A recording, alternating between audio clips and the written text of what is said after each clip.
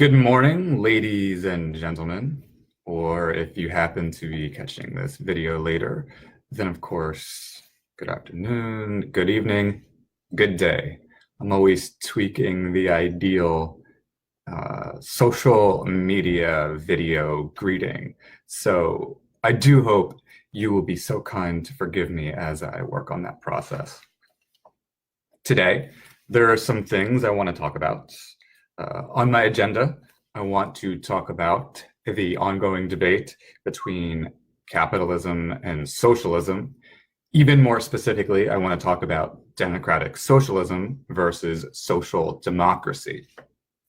Also, I want to talk a little bit more about former Vice President Joe Biden. There was an interesting article about him in the New York Times that I read this morning that has got me thinking. And finally, I want to take a look at a few of the other 2020 candidates. I want to share with you what stands out to me about some of them thus far in this process of debate and examination and contemplation and deliberation as to what our policy priorities need to be moving forward and how our leadership should be advancing as well in the United States. However, I want to begin today with a moment of comment on the awful events to transpire yesterday in Southern California, in Poway, California, at the Shabbat of Poway synagogue. There was obviously, if you may have heard, it's been on the news all over. There was, of course, an unfortunate, there was a shooting, yet another one, and there was a life lost. That was Lori Kay. Lori Kay is her name. She was 60 years old, and she passed away having shielded her rabbi during the shooting. And I do think it's important that we take a moment to think about this, to reflect on this, to grieve, and to recognize this. One thing I wish I'd done more of in the past is really pause more and meditate more on the violence, these shootings that are plaguing this country, that we are yet to deal with politically, legislatively. And I think we need to acknowledge also a clear theme in violence that we are seeing that is increasing, and that is this white supremacy nonsense and this anti-Semitism nonsense. And I think we can acknowledge the fact that President Trump has not done his share to offer conciliatory rhetoric, to put proper attention to just how troubling this situation is. And so I do really want to say that there is very blatant white supremacy in this country today, and we're just not addressing this properly. And we obviously see this across the world in white nations. You may know the suspect, John Earnest, a mere 19 years old, by the way. He did cite the Tree of Life synagogue shooting 6 months ago, and the mosque shootings in New Zealand, and the white supremacy and anti-Semitism with respect to that. He cited these as inspirations. I think we really need to pause for several reasons here. First of all, 19 years old. First of all, how does a 19-year-old person today get their hands on a gun? I mean, you can't legally consume alcohol in the United States. And yet, outside of serving in the military, were willing to put a gun in your hands. This to me is extraordinarily troubling. Now, I don't know just yet if the proper policy moving forward is going to be that we actually increase the age in which people can buy guns from 18 to 21. However, I have to say, as long as we're going to have a conversation about saying people shouldn't be smoking until they're 19 in some states, like here in New Jersey, people shouldn't be drinking until they're 21, then clearly they should not have guns in their hands at 19, and certainly not so easily. So we really must have a conversation about how to prevent guns from falling in the hands of the wrong people. Now, I understand critics are going to say that it's going to happen anyway, but practice across the world seems to contradict that information. Certainly, there's a conversation to be had about that and a deeper examination of the evidence. I'm definitely happy to take a look at that with you in the future.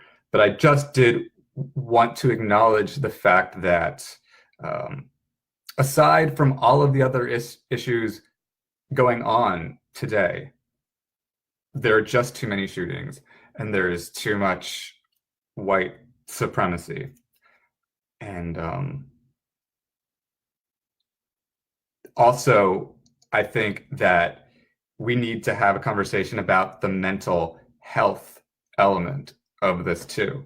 You have to ask yourself, what in the world compels a 19-year-old to become so filled with hate that this individual feels motivated to go and shoot innocent human beings simply because of a religion they identify with or because of the color of their skin? I mean, this is just unacceptable. I mean, you obviously, as I understand it, can't be in any kind of healthy, even remotely rational state of mind to perpetrate this kind of violence. And the fact is, we're seeing this form of mental illness persist in this country. And I believe that you have even further evidence that it doesn't always manifest itself, say, in shootings, but it manifests itself with the abuse of opioids, right? It manifests itself in heroin. It manifests itself in alcoholism. It manifests itself in marijuana addiction. It manifests itself in serious, crazy anxiety. It manifests itself in poverty. We have serious mental illness issues, I believe, that are troubling this country. And I believe that we must have a deeper, more probing, more assertive conversation on this. And I also believe, attached to this situation, we want to have a conversation about a public health care option for anyone who cannot presently afford health care. It is utterly unreasonable to allow our nation's population, people in our population, in our communities, to persist with mental illness to the point that they are moved to shoot others and kill others. They are moved to abuse drugs, and they're just sinking in poverty. And I mean, these are just some of the, top symptoms and consequences. And so it seems to me that this is something that we just can't sit back on. I believe we really have to be more aggressive. I believe we have to be more assertive here. I just really do. So I want to say to that end, then, I'm so sorry to the loved ones of, to everyone who was affected by this awful, awful shooting in Poway at the Shabbat of Poway synagogue. And I want to say that I'm horrified at the violence, this kind of violence that persists in our nation. And certainly I pledge to do my part in speaking out against this and reaching out to those of you who want to collaborate one way, shape, or form or another in seeing an end to this through policy reforms and through reflection and such. So I just wanted to spend a little bit of time on that. Moving on, I also want to talk about the classic economic debate of capitalism versus socialism. I think it's almost a sort of, there's a silver lining to the emergence of Vermont Senator Bernie Sanders, once again, finding himself somewhat successful in his bid for the presidency, in that as a result of his radical economic thinking as a socialist, certainly he is, and with association of those like Ocasio-Cortez, a representative of New York, bringing up an important conversation whereby Democrats have to take the responsibility to be a lot clearer and more succinct in explaining and identifying exactly what it is they actually believe philosophically and how that translates into policies. And so we do have Bernie Sanders articulating this intense socialist rhetoric. And you can see from previous blogs that I have put out there that there are a variety of definitions that come along with socialism. And we need to think about what it means for somebody to declare oneself as a socialist and how that contrasts with declaring oneself as a capitalist. And it's interesting because a lot goes on here, because you can call yourself a socialist and yet actually subscribe to a lot of capitalistic ideas, like the right to private property and businesses and things, the belief that private businesses can exist. And yet people will still call themselves a socialist, not really understanding what goes along with the word socialist. On the other hand, you have the libertarian camp, who considers themselves the only true capitalists and believe that the concept of capitalism and a regulated capitalism, somehow there can't be a coexistence there. So in that vein, I'd start you with an interesting article that was published this morning by the Washington Post. It was written by Stephanie Murphy, who is a Democrat. She represents Florida's 7th congressional district in the U.S. House of Representatives. Interesting tidbit about Congresswoman Stephanie Murphy. She is the first Vietnamese woman to serve in the U.S. House of Representatives. So that's interesting. And so she has an interesting article. It's called, "I'm a Proud Democrat. I'm also a Proud Capitalist." And so I want to just, there are a few lines, there's more than two, but there are a few lines I underlined here. A few things she said I underlined, which struck me as meaningful and helpful as we have this conversation about the debate on capitalism versus socialism. So here's what she says. With respect to the term socialism, she says, this term carries historical baggage that can evoke painful feelings in Americans whose families experienced communism or socialism in its darkest form. I think that's actually well worth repeating.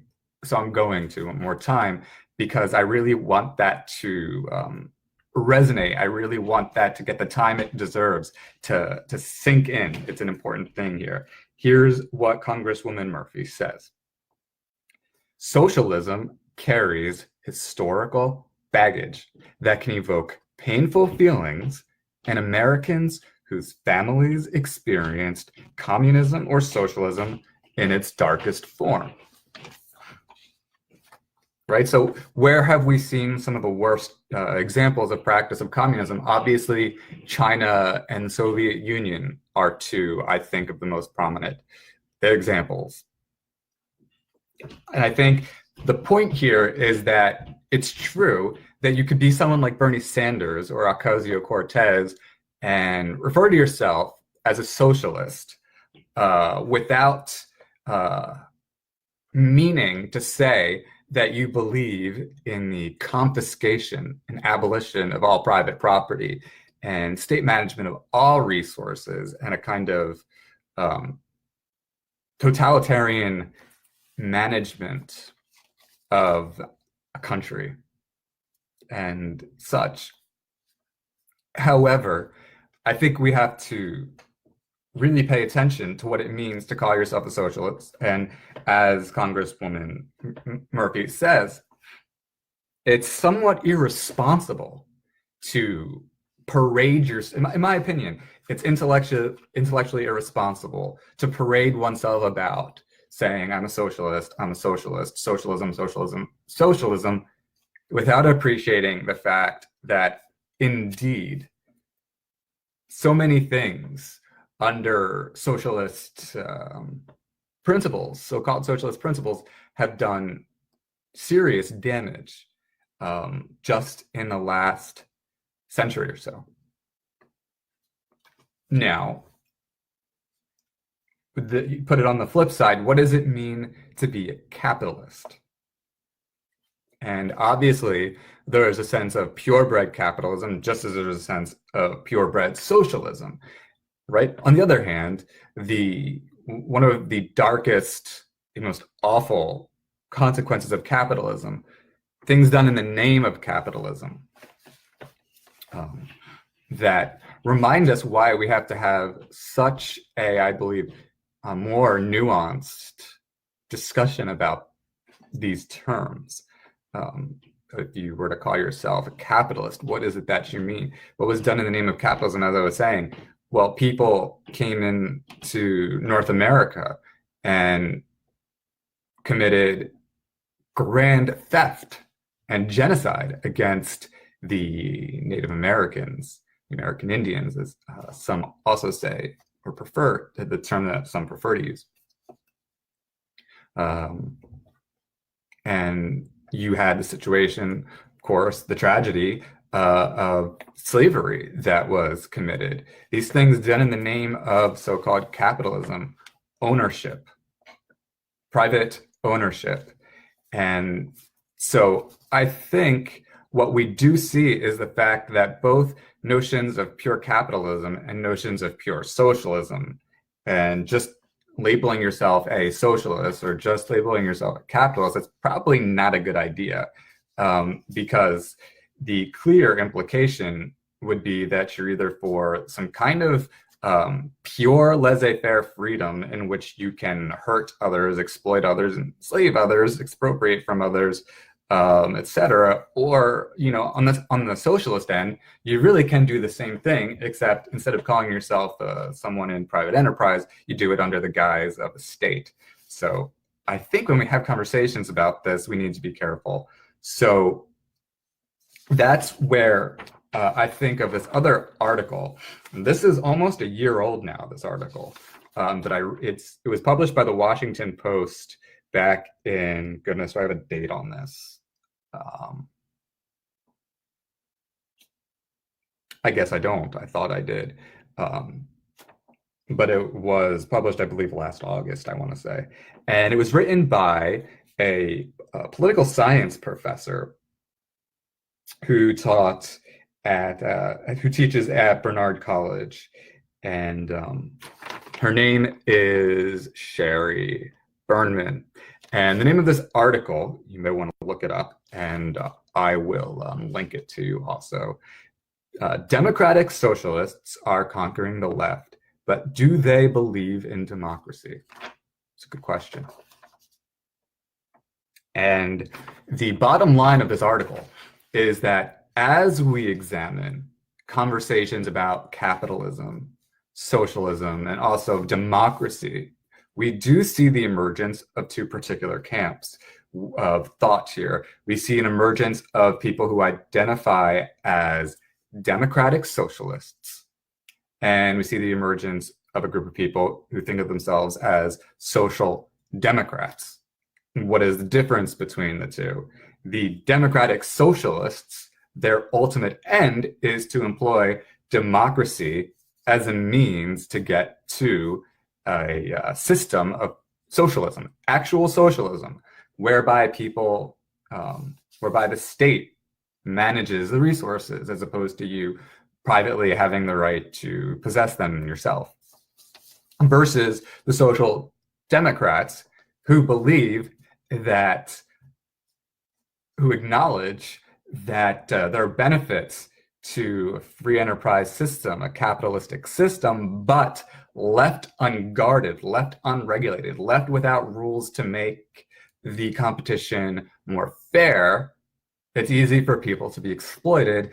Thus, this capitalistic framework needs to have the proper rules so that everybody can have and enjoy the fruits of opportunity and, you know, basic dignity, basic access to resources.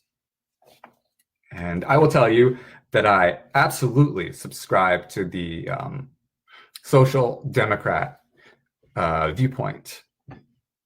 And you can go to publiccomment.blog and peruse and find that, in fact, I've got a more granular explanation of how I arrive at that. But the bottom line to me seems that it really makes no sense to let anyone have complete charge of an economy, whether you put complete charge in a private sector that has no accountability, or you put complete authority in the state with no accountability. I like when the private sector and the public sector can compete against each other, and I like when they can hold each other accountable, and I like the notion that people can, in fact, through playing fairly, acquire their own wealth. There's a great article, in fact, on the Washington Post published last night, and let me get that one up for you. I should have had that with me. I didn't, and I apologize, but it was such a noteworthy article that I want to bring this up. Yeah, it was written by David Von Drell. It's on the opinions page in the Washington Post, and I can show you what this awesome article looks like. It's called "We Shouldn't Idolize Wealth, We Shouldn't Demonize It Either." I definitely encourage you to take a look at this article because, in my opinion, it puts it all really quite well. Right? The fact is that people should have the right to private property. People should have the right to thrive and accumulate things and grow wealth and, you know, enjoy life and the fruit of their labors, etc. But if people are cheating, that's unacceptable. If people are thrown into unfair situations via exploitation or systemic neglect, I mean, that's unacceptable. And so that's why I consider myself a social democrat. That's why I feel protective of a regulated capitalistic system. And that would be one more reason why I find myself concerned with the rhetoric that comes out of the mouth of Senator Bernie Sanders of Vermont.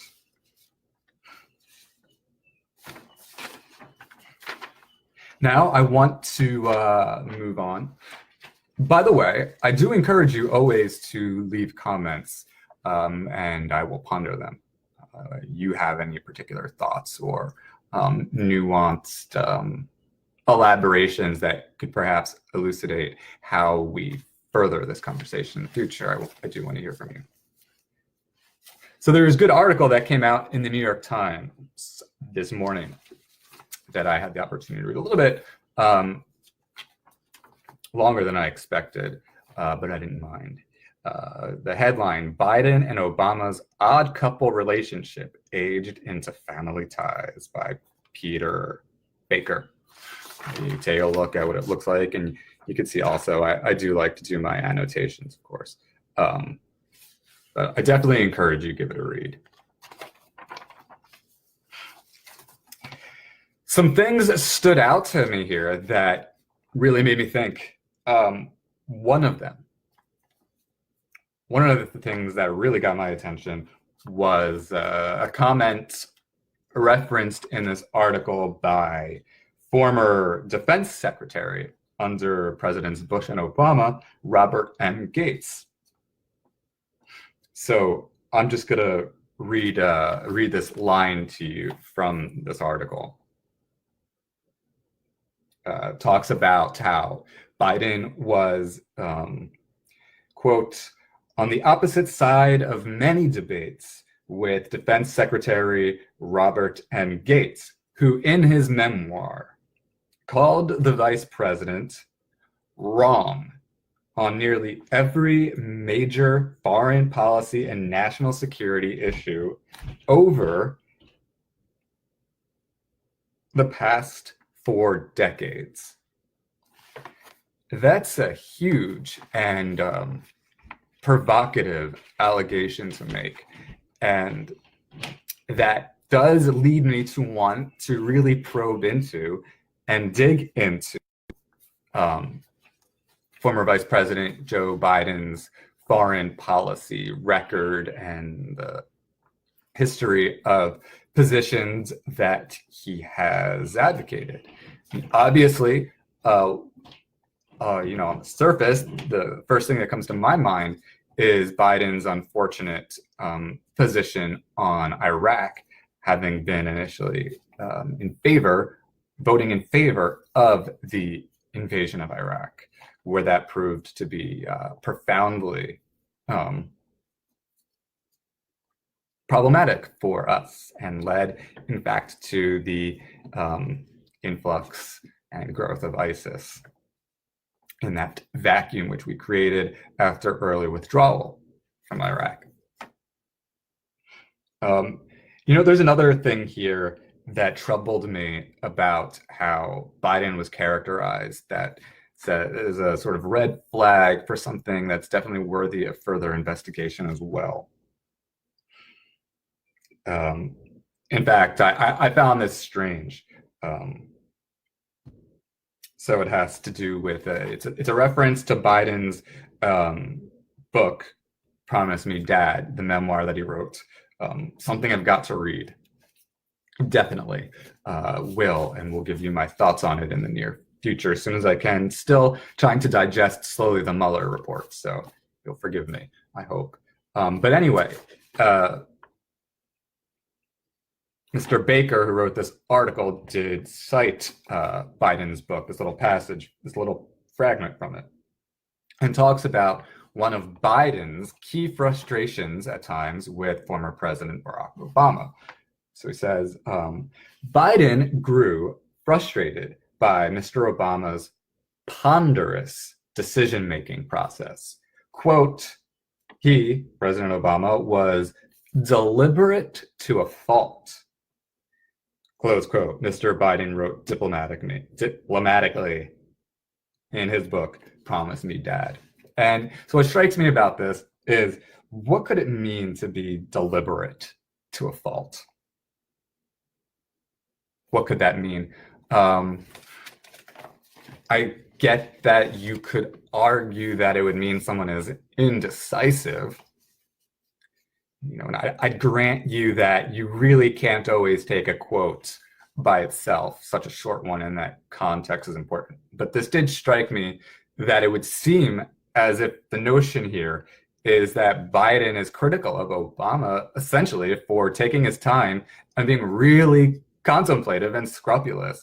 And it troubles me that Biden, on the other hand, wouldn't be quite as contemplative, as if Biden would somehow be more impulsive. That would trouble me. I would want someone who could be a little bit more level-headed and really hear what advisors have to say and measure very carefully all the different options. Granted, again, I've got to go out and actually read the memoir and scour the deeper context behind that small little quote. Again, nonetheless, clearly there's a difference in how considerations were digested by Biden in contrast to former President Obama. And if Biden's criticism is that Obama is just, so contemplative in his time spent to really measure the options, I'm not aware of a situation in which that specific quality did any damage to the country. There are things President Obama has done that I don't agree with. I'm not sure any of them would have been a result of him being too contemplative. So I'm not sure what this might suggest about Biden, but and I don't know how different people are going to interpret this article, but I'm seeing some potential red flags about Biden. Again, that's without reading his memoir, that's without seeing how he moves forward in policy proposals, and that's without seeing how he conducts himself in contrast to the folks he's running against and in debates and such. And that's not to say that just because he has flaws that I would absolutely discount him, except to say these are some things that I find specifically disconcerting about him that I'm going to want to know more about, especially as I'm measuring him against other candidates for the same position.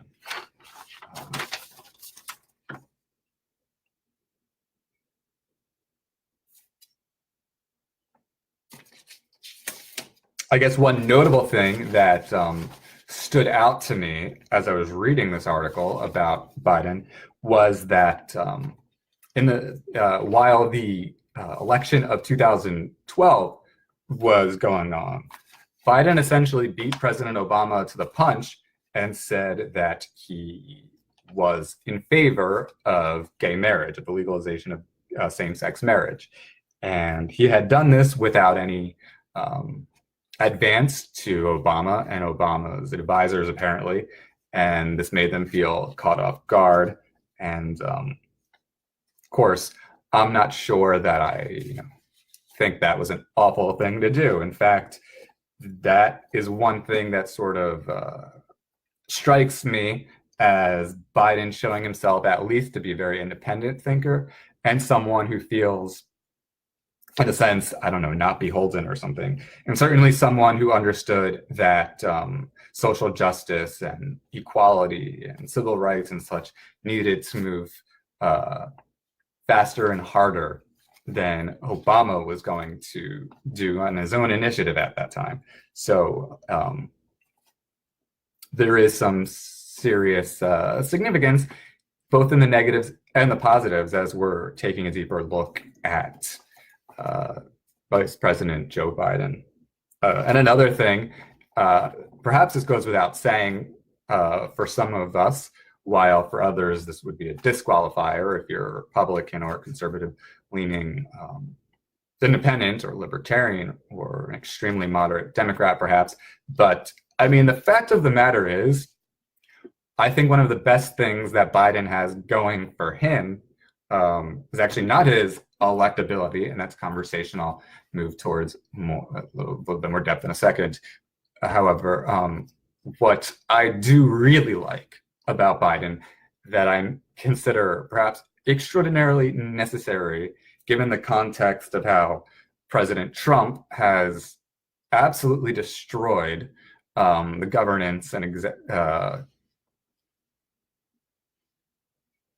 activity of the executive branch in the last 2 years, is the fact that Former Vice President Biden has experience in the executive branch, and he has experience in the upper echelons of the executive branch, and he has experience one-on-one with the president, and he has experience really contemplating all these serious issues, and he has the benefit of having to be able to reflect after 8 years of experience in the executive branch, plus his decades of experience in Congress. So, on the surface, he definitely has, I believe, a sense of experience that certainly, again, on the surface, but significantly so, gives him a point worth serious advantage as we measure him and contrast him to other candidates. So we're talking about the issue of electability. And that brings me to another interesting article I read. That is an editorial by the Washington Post published yesterday. And the article is called, "Who Would Make the Ideal President?" Here's where we start. Take a peek. It's not a terribly long editorial. It's totally worth reading. So you may want to take a look at it.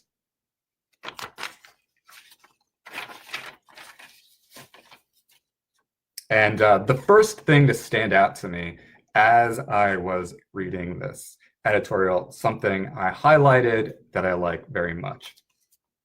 This is from the Washington Post. Quote, "We think the best way to judge electability is not through polling data or race, gender, or geography. Instead, let's try to judge who would make the best president." Close quote. I mean, it seems so simple. And yet, how often already, as we're talking about this primary contest, do we have people saying things like, "Oh, Biden's the only one who can win against Donald Trump. This guy is electable. This guy is not electable. Bernie Sanders is absolutely not electable because of things he wrote in his college newspaper a half a century ago, blah, blah, blah." Nothing to do whatsoever with, again, as the Washington Post puts it, who would make the best president, as we consider their actual leadership styles, as we consider their policy agendas and such. So I just really love that point, and I really love this editorial. But the Washington Post did also, in this editorial, bring up some things that they believe that we ought to consider as priorities as we're contemplating who the best presidential candidate might be. And on the top of that list for them, and I like this a lot, is this. The Washington Post writes as follows. "For us, the first requirement in this cycle is a fundamental commitment to the norms, habits, and values of democracy. The best and therefore most electable challenger will be committed to civil debate and respect for opponents. She or he will embrace the nation's diversity as an asset rather than looking to divide with scapegoats and imagined enemies. Compromise will be accepted as a handmaiden of principle, not its opposite. Public service and public servants will be respected. Congress and the judiciary will be acknowledged as equal branches. Law enforcement, intelligence agencies, and the military will be understood to be beyond politics." Close quote. I mean, in the context of the times, that's damn near poetry to me, or poetic prose or something like that. Timeless. I think I would cite that 50 years from now as an important commentary on what was politically crucial to contemplate today. So this is a valuable editorial to read, posted yesterday by the Washington Post. Who would make the ideal president? Here's where we start. Again, it's the name of the article. And I think what I'll do is provide a link on my Facebook to some of these articles that I'm citing, a sort of working works cited page bibliography, if you will. But I think this notion of being civil and having civil debate is an absolutely crucial quality in a leader. And specifically, as we watch President Trump, I mean, he is the complete opposite, right? And he's destroyed any sense of civility in the executive branch. You know, I'm not saying, obviously there are people I know who are in our executive branch, unrecognized, unnamed, hardworking individuals who don't get the credit they deserve, who are shadowed by deep seeds of corruption and unethical execution of the laws that get overlooked here. But I think the point is that we've seen a presidential administration that has really flipped our sense of, I think, what our democracy means to us upside down. It really has. I think it's caused a lot of the country to pause. The Correspondents' Dinner last night, I don't know if you happened to catch it, but I forget the name of the historian who was speaking. He made an interesting comment that we live in an era where the politicians are considered a joke while the comedians are taken really quite seriously. I think that does put it really quite well, doesn't it? And so we do need a candidate, I believe, who first and foremost does understand that, because it has to do, therefore, with leadership and leadership style and what it means to actually lead. What's being done to build morale and confidence and trust and good feeling and confidence and sense of encouragement and true achievable vision in the interest of Americans. That's what we absolutely need. And that's why, as we really look at, I think, the other contenders in this 2020 primary, we have to ask who's more focused on that as opposed to, I don't know, trying to sell a book or just make a name for themselves, or just frankly isn't as sure of what they were doing as perhaps they thought on the surface. And that brings me to what is next. And that is a conversation about our list of candidates. I just had my list. And where did it go? I hate when this happens. I hope you will forgive me for this technical difficulty. Here it is. But what I did was I did take a look at the most complete list of current Democratic primary contenders. I put a red star next to the names of the candidates that have my attention most at this point in time. Now, I think it's important to say here that none of us, in my opinion, should be hasty. I don't believe we're at a point where any of us can say, well, this person can't win, or this person can't win, or that person's the only one with a chance, or that person's definitely the one with the biggest chance. I think all of that would be hasty. And by the way, we couldn't prove it. But I believe it's important for us to have learned from the election in 2016 that it's not always going to happen as you expect. I have a principle I call the Titanic principle, and it essentially means this: don't be cocky. And one of those elements of not being cocky means don't walk around thinking you know everything, right? Don't walk around saying your ship is unsinkable, because then it's going to crash into an iceberg and a large swath of people are going to die. So, yeah, I call myself a proponent of the Titanic principle. It's something I follow. Don't be cocky. Don't be hasty.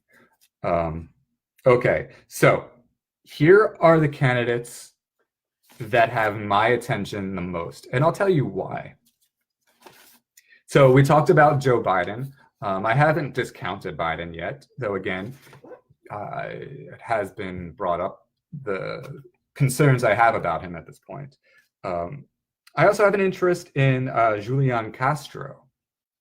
I have an interest in Kristen Gillibrand. I have an interest in Amy Klobuchar. I have an interest in Beto O'Rourke, and I have an interest in Elizabeth Warren. So I'm going to go down this list and talk to you about what impresses me about these candidates and some reservations I might have as well.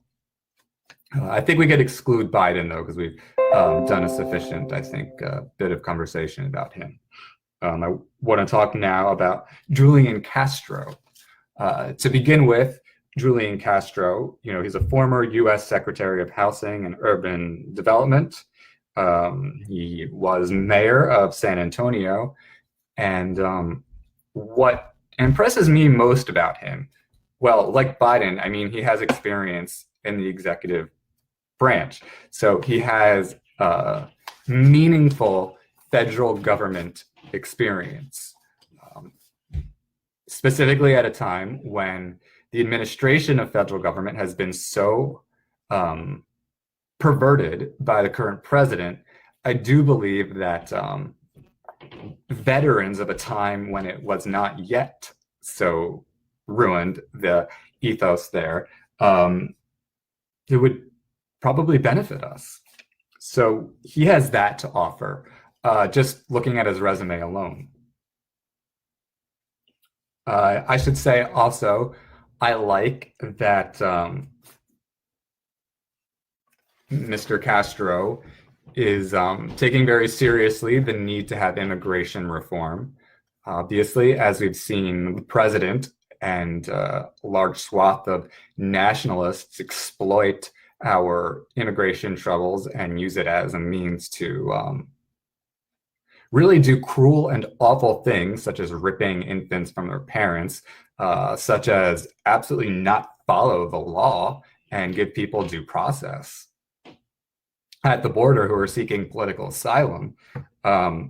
Castro could look at this the other way. Castro is very passionate about looking at people who are crossing the border not as these awful federal criminals, but he gave a good conversation about this on NPR in an interview last Friday, how we would treat it more like a violation, that, something was done wrong. That is, you can't really cross the border illegally, but are you to be treated like, someone who committed grand theft?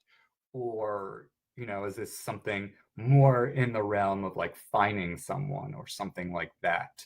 I do believe, therefore, that Mr. Castro has a sense of leadership in understanding that immigration is a issue of vulnerability. And by the way, Castro's not out there saying, like certain other lawmakers are, that we need to destroy ICE and get rid of that and do away with law enforcement. But he is coming out with actual policy proposals and addressing the fact that we have an immigration system that's definitely not working, again, that's being exploited by the right and the nationalists and the president. So he has my attention with respect to that.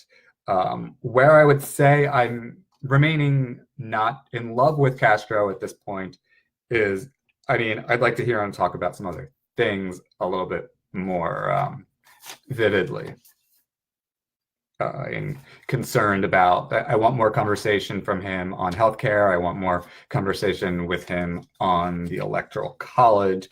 I want more conversation with him about accountability from the president. I think these are sort of super priority issues. Next, Kirsten Gillibrand. I have to say, she's probably at this point in time up there as one of my top favorite contenders I'd say at this point, tied pretty much with Elizabeth Warren. Um, what do I like about Gillibrand? Um, Here's what is most impressive about Gillibrand. I apologize. I said Gillibrand instead of Gillibrand. It's a gaffe and an error. I apologize for it. But what really impresses me about Gillibrand is this. Here is a woman who has the courage to say, hey, some years ago, I was utterly wrong. I made mistakes and I corrected those mistakes. And I'm open to learning and improving myself. And this, I believe, is paramount in leadership. Because when you have someone who walks around thinking they know everything, oh, wait, I think I was just describing the president of the United States presently. I think that's President Trump. Look at the problems that arise, the lack of rationality, the lack of civil debate.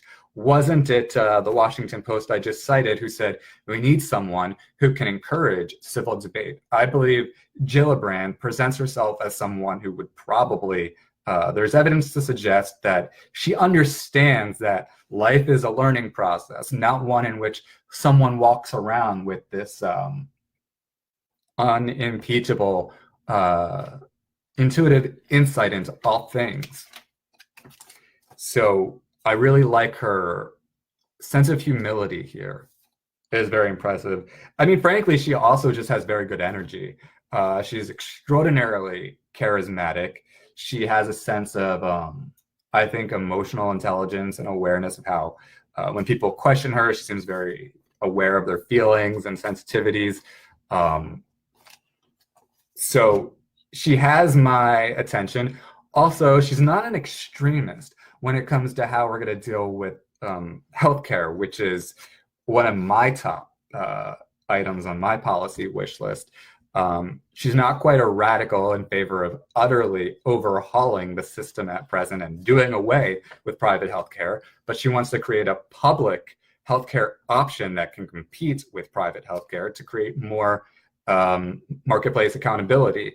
And I think this is probably a good idea, one of the better ideas out there. So I just think that she's presenting herself as remarkably rational and intelligent and broad-ranged in her thinking, in contrast to a lot of the other candidates. So she really does have my attention there. Amy Klobuchar, there really is a lot more I do need to learn about her. I should say one of the things about her, it might sound funny or strange to you. I don't know if you could relate to it, but actually one of the things that impresses me about her is that there's very little about her that really immediately turns me off.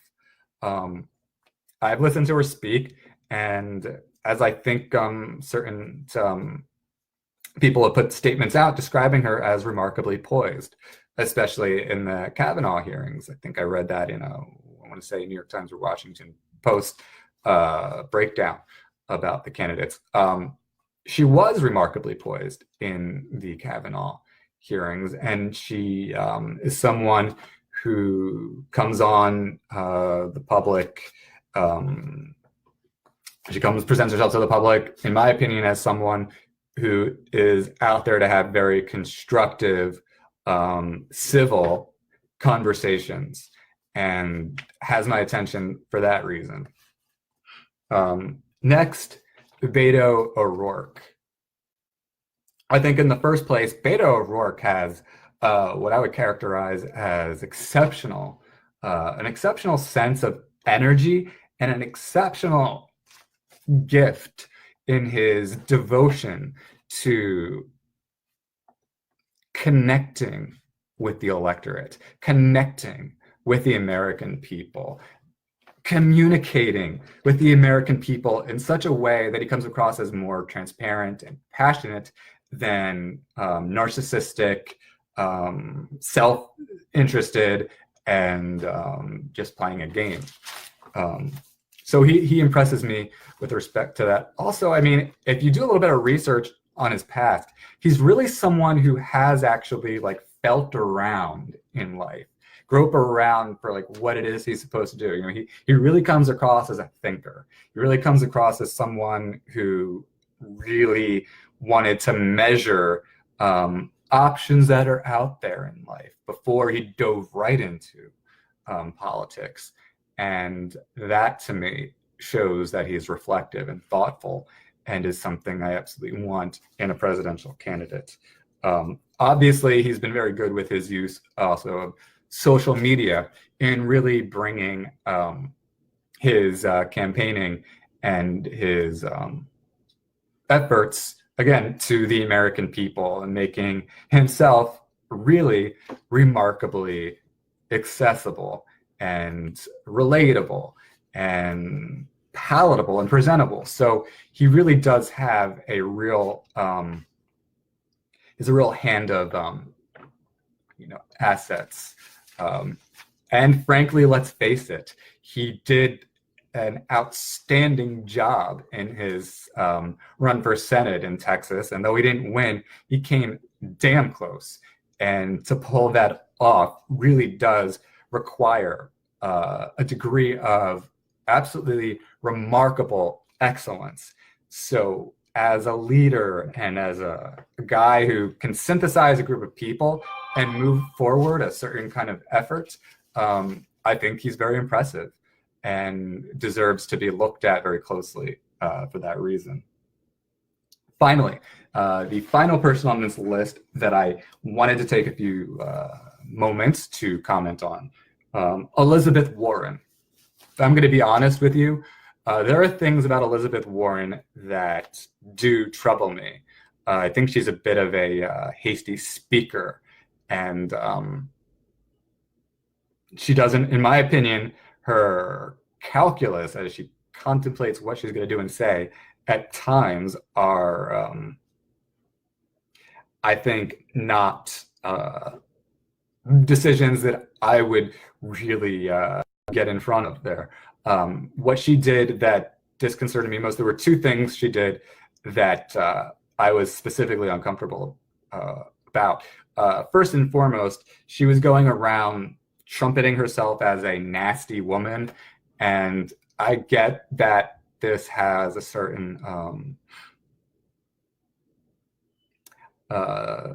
women standing up for themselves and this being a really important thing, and women absolutely not taking nonsense from the misogyny that's out there. But I just didn't like this notion of her calling herself a nasty woman. I'm not sure that a woman really, why would a woman want to be thought of as nasty? Whether you're talking about sort of mean or something else, to me, it seemed like a sort of dip into the negative as opposed to a jump into the more constructive. So that was something it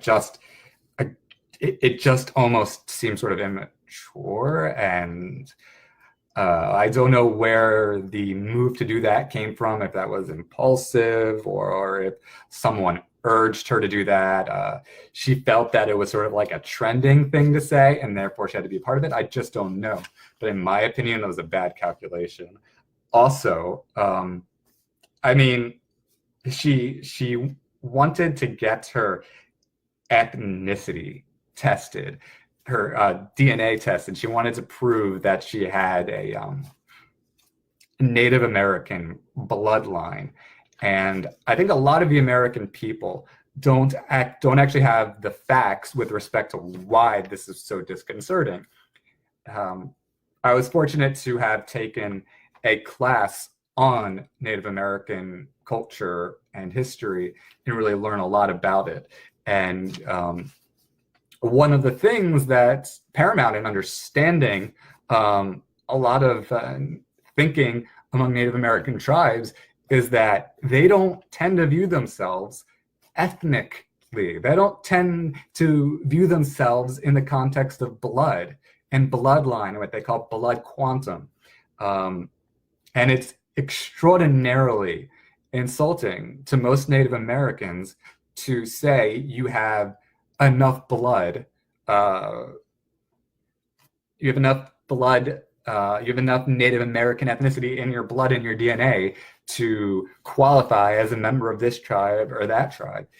In fact, Native American tribes have had a tendency to think in terms of being social people and inclusive people and people of ethos, of people who value not the color of your skin or where your family was from, but if you shared their views.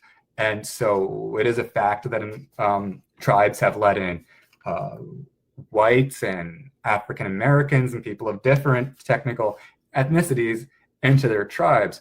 Moreover, the notion of blood quantum was used against Native Americans, for example, to perpetuate racist ideology and policy and biases and things of that nature. And just the fact that Senator Warren had such a deep lack of knowledge about a demographic that has been so catastrophically abused in this country's history. Her lack of knowledge and sensitivity to that makes me wonder what other fundamental issues, for whatever reason, she just happens, maybe inadvertently even, to be deeply ignorant on, but try to address anyway. That is something that makes me a little uncomfortable if she's going to be the president. That being said, Elizabeth Warren was one of the first candidates to openly come out and say, despite the potential political risks of what it could mean to her candidacy, that she believes President Trump needs to be impeached.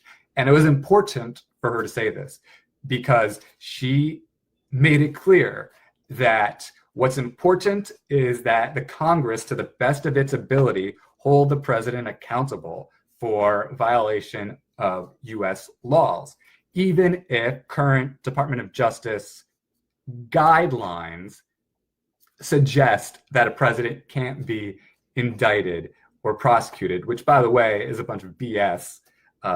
It's true that the guidelines exist, but the guidelines actually have no statutory binding. They don't exist in US statutes. They're not laws. But that's another conversation as we delve into the Mueller report for another time.